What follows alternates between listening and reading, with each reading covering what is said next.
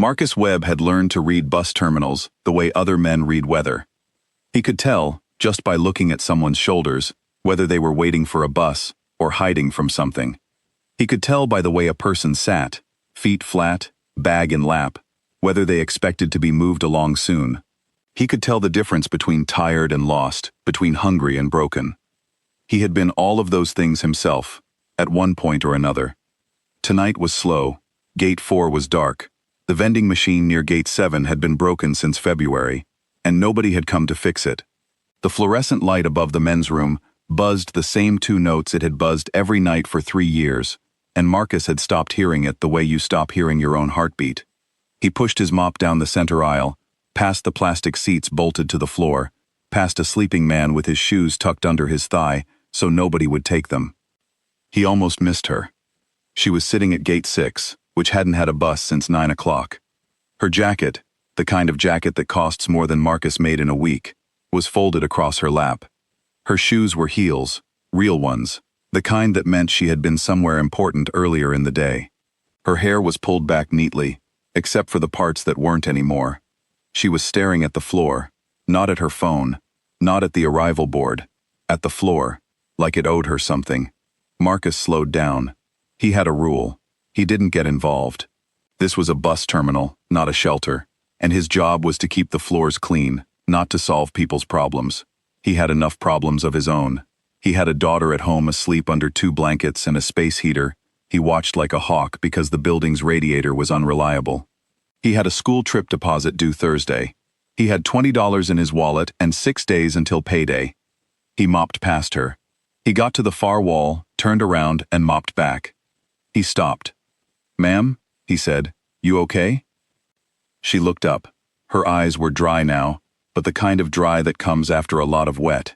She was somewhere in her 40s, and she had the face of someone who was used to being in charge of things. "I'm fine," she said. The accent was British, with something older underneath it. "You don't look fine," he said. He said it simply, without apology, the way he might say the floor was wet. She looked at him for a moment. Then she looked back at the floor. "I lost my wallet," she said, "I think. Or I left it at the hotel. I went for a walk and She stopped. "I've been walking for a few hours. You eat anything?" "This morning." Marcus leaned his mop against a seat. He reached into his back pocket and pulled out his wallet. He opened it and looked at what was inside. $20. A school photo of Lily from last year where she was missing her 2 front teeth and grinning like she'd won something. He took out the 20 and held it toward her. She looked at the bill, then at him. "I can't take your money." "It's a loan," he said. "You don't know me." "No," he said. "But you look like you needed it more than I do tonight. And somebody did the same thing for me once. In a place not too different from this one. So," he kept his hand out, "go get something from the corner store on Washington. It's open till 4. She looked at him for a long moment. Her chin moved in a way that meant she was holding something together by will alone. She took the 20. "Thank you," she said. Her voice was very quiet. "Don't thank me," he said. He picked up his mop. "Eat something." He went back to work. He expected her to leave. She didn't. When he came back through the aisle 20 minutes later, she had a sandwich from somewhere. She must have found an open place nearby, and she was eating it slowly, looking out the dark window at the empty platform. He started mopping the section near Gate 6. "How long have you worked here?" she asked. 3 years on nights, he said. 8 years total. She nodded. She ate another bite. "Do you like it?" He thought about it honestly.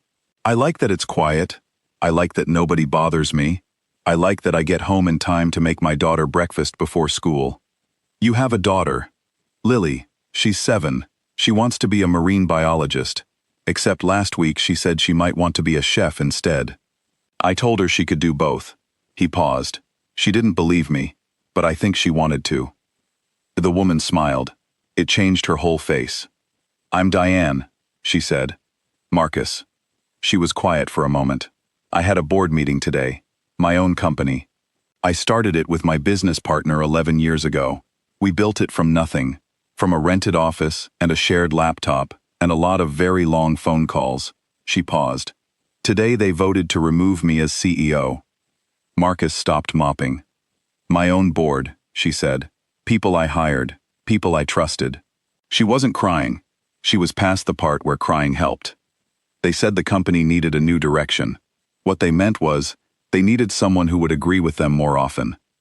I'm sorry, Marcus said. He meant it. I walked out of that meeting and I kept walking. She looked at her hands. I've been running a company worth more money than I can actually imagine for 4 years. I've made decisions that affected hundreds of people's jobs, and tonight, I couldn't figure out how to stop walking. Marcus was quiet for a moment. He leaned on his mop. My wife died 4 years ago, he said. Renata. He said her name carefully. The way you say a name you don't say out loud very often. After that, I worked nights for 6 months straight, volunteered for every shift they had, because as long as I was moving a mop, I didn't have to sit still. Diane looked at him. So I understand, he said, about the walking. They stayed like that for a while, the two of them in the quiet terminal, the fluorescent light buzzing its 2 notes, the city outside going on without them. She asked about Lily. He told her about the marine biologist phase and the chef phase and the 2 weeks in September when Lily had been absolutely certain she would become a professional dog washer. Diane laughed, a real laugh, surprised out of her, and said she had wanted to be an astronaut until she was 12, and that her mother had told her to be both an astronaut and an accountant, just to be safe. Smart woman, Marcus said. She was, Diane said. At 2 in the morning, Diane called a cab from the phone at the ticket counter, explaining to the bored night agent that she had lost her phone along with her wallet, and would he please. The agent let her. The cab came. She stood up and put her jacket back on. She looked at Marcus. I don't have a way to pay you back tonight, she said. I told you it was a loan, he said. Means you get around to it whenever. I will, she said. He believed her, and didn't believe her at the same time. It didn't matter either way. Get some sleep, he said. She walked to the door. She turned around once. He raised a hand. She got in the cab.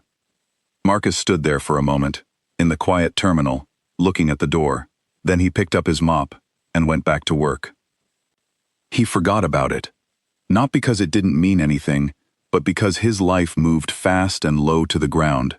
School lunches and landlord calls, and the slow grind of nights that blurred into mornings. Thursday came, and he borrowed the trip deposit from his coworker Damon and paid him back the following Friday. The $20 became part of the large, uncounted pile of things Marcus had given away without keeping score. He didn't know anyone was looking for him. 4 days after that night, the manager of the bus terminal, a compact man named Gerald who wore the same 3 ties in rotation, came to find Marcus during his break. There's a letter for you, Gerald said, looking mildly confused. Hand delivered. Lady dropped it off this morning. Marcus opened it at the break room table, next to a vending machine that worked. Inside the envelope was a check for $20. The memo line said, overdue. Below the check was a business card. On the back, in handwriting that was neat and slightly slanted, call if you want. No obligation. D. Marcus looked at the check for a long time. He looked at the business card. He put them both in his wallet, behind Lily's school photo. He called 3 weeks later, on a Sunday, because Lily was at her grandmother's, and the apartment was so quiet it got loud. He didn't know what he was going to say. He said, the check cleared. She laughed, same laugh, surprised out of her. They talked for 2 hours, then they talked the next Sunday, then they talked on a Wednesday, because she had something she wanted to tell him, and she didn't want to wait until Sunday. It went on like that. Verk. On a Tuesday in April, Marcus's landlord called. Wanted to give you a heads up, he said. House next door sold. New owners planning some renovations. Might be some noise. Okay, Marcus said. He was making Lily's lunch.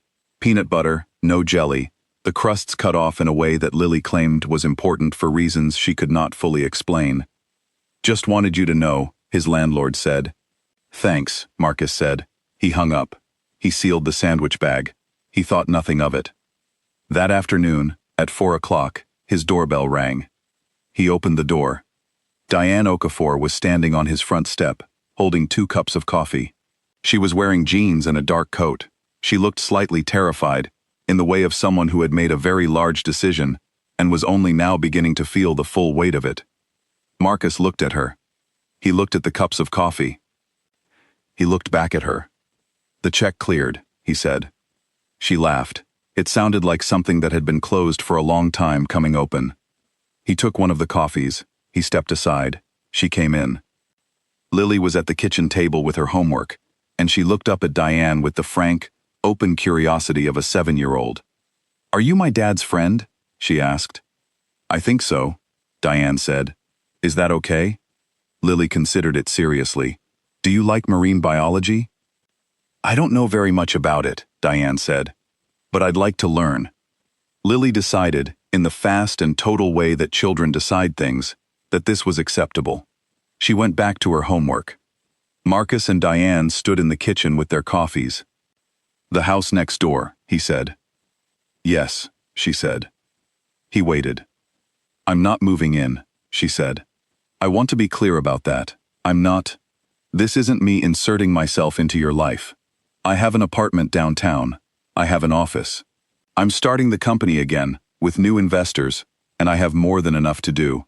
She held the coffee cup with both hands.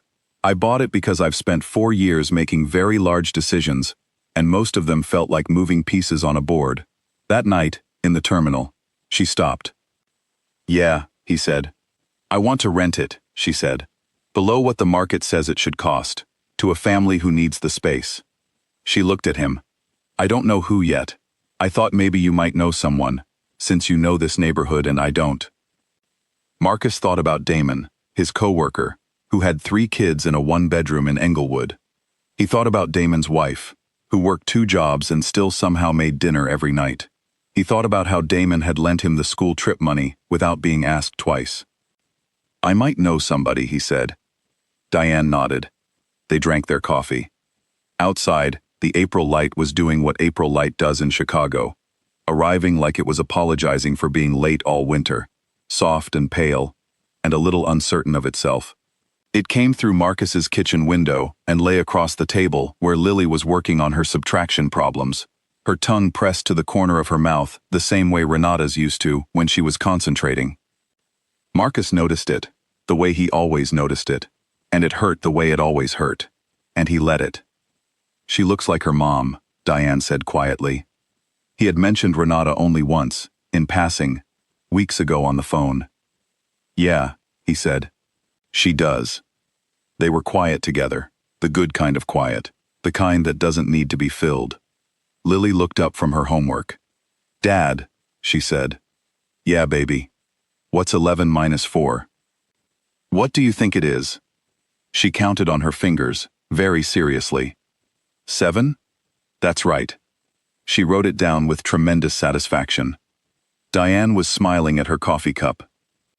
Marcus leaned against the counter and looked at the window, at the pale April light, at the house next door with its crooked for sale sign finally taken down, at the city going on around him exactly as it always did, loud and ordinary, and full of things that didn't announce themselves before they arrived. The man who had given his last $20 on a Tuesday night in November had not done it because he expected anything. He had done it because he had been cold and alone in a bus terminal once, and someone had done it for him, and that was the whole of the math. You pass it on. You keep the floor clean. Marcus refilled his cup. Outside, somewhere on Paulina Street, a kid was riding a bike with no hands, wobbling beautifully, not falling.